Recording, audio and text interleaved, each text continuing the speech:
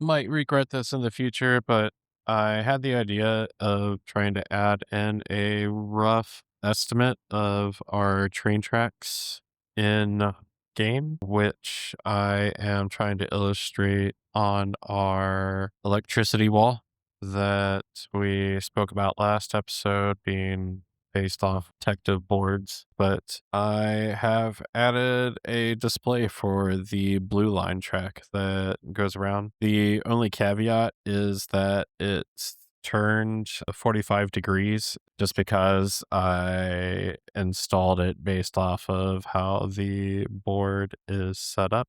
But it actually looks kind of cool in a janky way, I think. I can see us moving this project to a larger space over time, but I think it might be cool for now. You can let me know. Hey, bud, welcome back. We are going to be expanding on our operation for the plastic and rubber. I just wanted to show here real quick. We are outputting about 23 to 24K depending on how well the coal is doing back at the home base. But as you can see, we have now more than doubled the capacity that we had before. We don't necessarily need to worry about our max consumption anytime soon, even with adding rail. One thing we want to make sure that we avoid, though, is running into any blockages in the plastic and rubber creation, because anything that's going to hold that up could stop the power output. Because once the refineries are filled up with polymer resin, they will stop producing fuel until they're emptied. The first save is going to be attached to those polymer resins.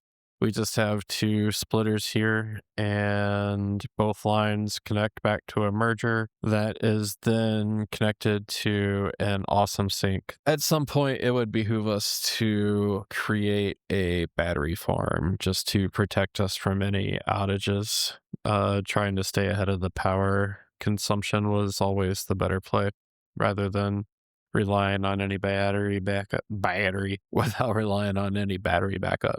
So let me go ahead and install the rest of the awesome sinks, and then we will get building on our first train platform. I need to do some upgrades before I do any type of exploration. Let's go ahead and knock out some of these sulfurs. I went ahead and grabbed a bunch of the items I would need to unlock some of this stuff. So first thing we will do is unlock the smokeless powder. We will go ahead and unlock the rifle, which should be very nice for dealing with guys at a distance. And we need 50 more smokeless to unlock the explosive rebar.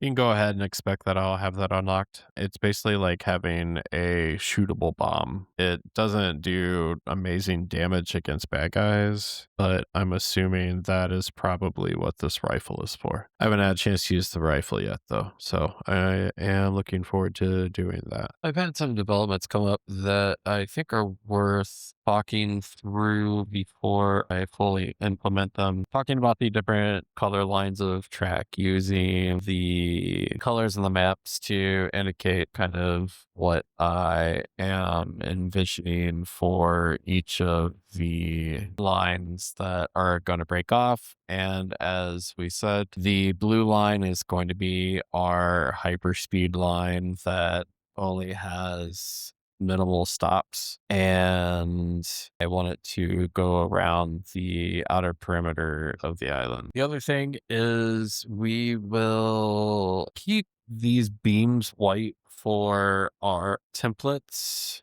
and we will then color in the beams for whichever line it's going to be. I will see you once I have some more progress to share. Otherwise, it's going to be pretty redundant. So, laying down the track is going pretty well.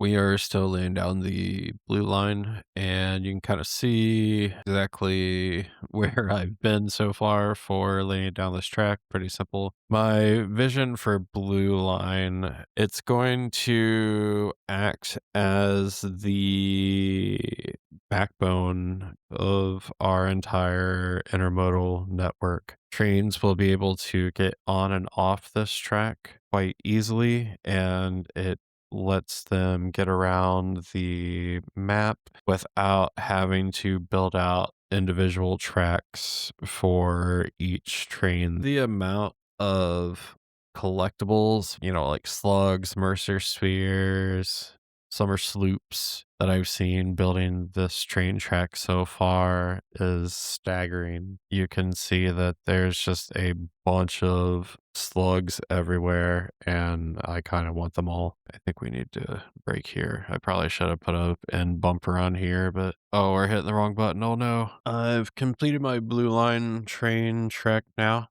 which is going to be the entire loop around the map.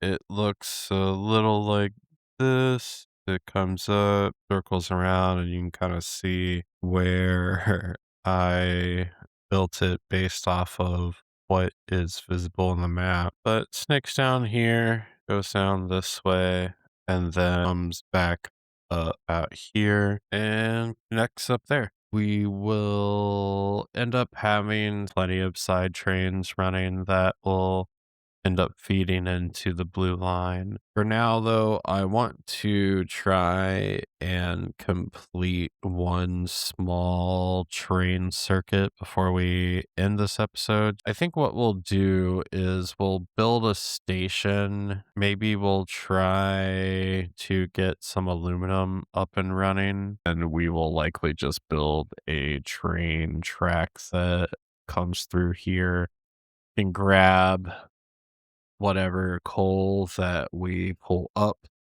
and then we will figure out where to combine it in our aluminum facility.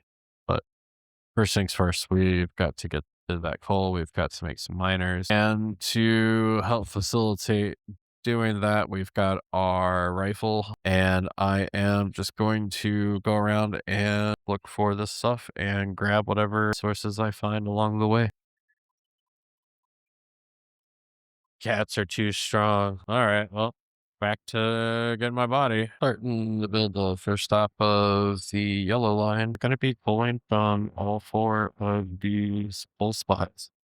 This is the furthest one, but all of these are actually a lot closer than they seem. We are going to be building the train platform right here, and we'll then go pretty much straight south, and then we will swing back to the west. And on the way there, I am going to have the train stop and pick up a thing of material ore, which we have a pure spot there. Where I take it, great question. Ultimately, want to come up with some sort of larger industrial warehousing solution. All right, got our yellow track down. We've got a yellow train, got two new stops. That is Pure Cat Station down there. Now we need to figure out how to keep this on a timetable. So let's watch me try and stumble through the edit timetable. Let's see, Coalfield 2 is where we are currently